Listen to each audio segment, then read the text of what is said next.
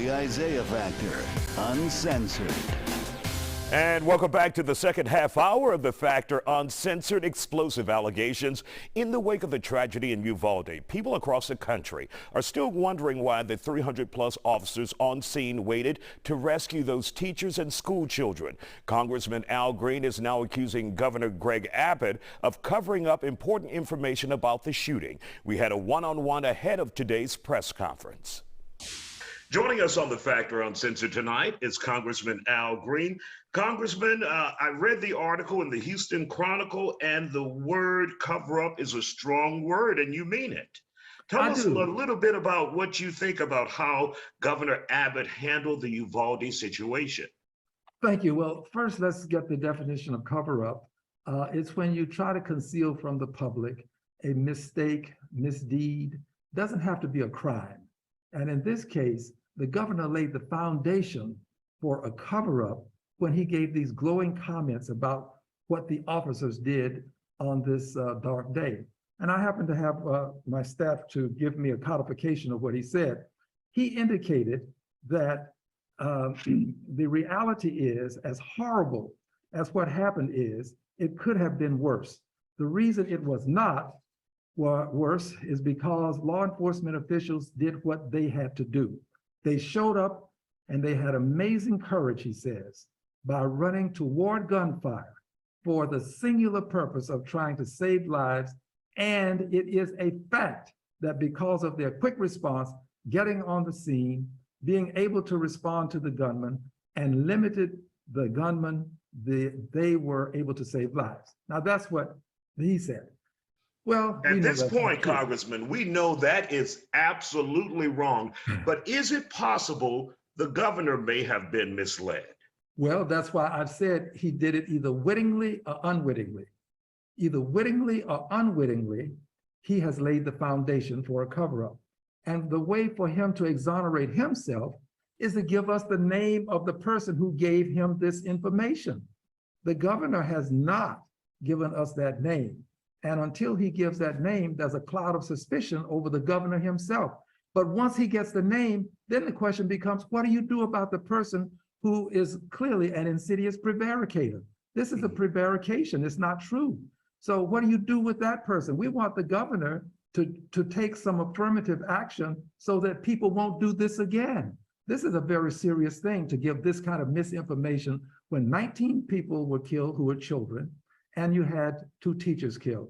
I am saddened by it. I'm sorry for these families, but they deserve to know the truth. They deserve to know why this information was falsely given to the governor. We need to know if that's the case. And if not, then the governor is responsible for a lot of what has been said in this positive vein about these officers who behaved in a pusillanimous way. They behaved in a cowardly way, and we should not glorify them. Now, is there a possibility that Congress, you and your fellow members of Congress, would bring them into Washington, D.C. and have them testify under oath? It is possible. We do this in various and sundry cases. There's a desire to look into this even more closely. And I am going to talk to a couple of colleagues before doing this, but I'm considering sending a letter to the head of the Judiciary Committee, asking that the Judiciary Committee look into this, what I will call heinous offense.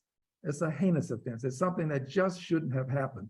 And I would also add this, in doing this the way that they've done it, we find ourselves now not knowing whether there was going to be an effort to make them appear to be what they weren't, in spite of what they didn't do. But for the video, we wouldn't know. You see, if we didn't have that video of them in that hallway, that video is a George Floyd type video. It reveals everything. And if we didn't have that, then the governor's comments would reign supreme. The governor would have laid a foundation, and they would stand on that foundation such that we would never know what really happened, because people would finger point and you'd not know. So the governor has to answer some questions about this. And I'd like to add this for fear that I might forget. The teachers, we had over 300 officers out there. and we know what happened. Is it realistic to expect a teacher with a pistol to stop a person who happens to have an AR-15 type weapon?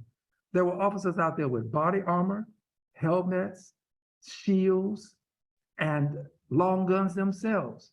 And look at what it took them, 77 minutes, more than an hour to get in there and remove this person. So I'm standing up for teachers also. Teachers ought to be allowed to teach. They should not be required to carry pistols and be expected to stop persons with long guns. It's time to take the long guns off the street. And what about the possibility also of better secured schools, more mechanisms in place to make sure someone is not able to freely walk into the campus or onto the campus of an elementary school with a long gun, an AR-15 like we saw here? What else can be done to strengthen the security at schools, Congressman? Well, we got to make sure that the locks on doors work. That's not unreasonable. Make sure that the locks you have are functional. And that's almost simple. Yes. Make sure the locks work. Yes. And also develop a culture that does not allow people to use emergency exits as just a means to run out to a car and come back in. Those exits are there for a purpose, and they ought to be used for a specific purpose. So yes, make the locks work. We'd start there. And when we make the locks work, let's make sure that people are aware of how to use them properly. We train for these sort of events, but I don't know that we train people to understand that they've got to make sure that all of the paraphernalia functions properly. That's got to be done as well. Now, we've reached out to Governor Greg Abbott's office for a response to Congressman Al Green's claims. We still haven't received a response.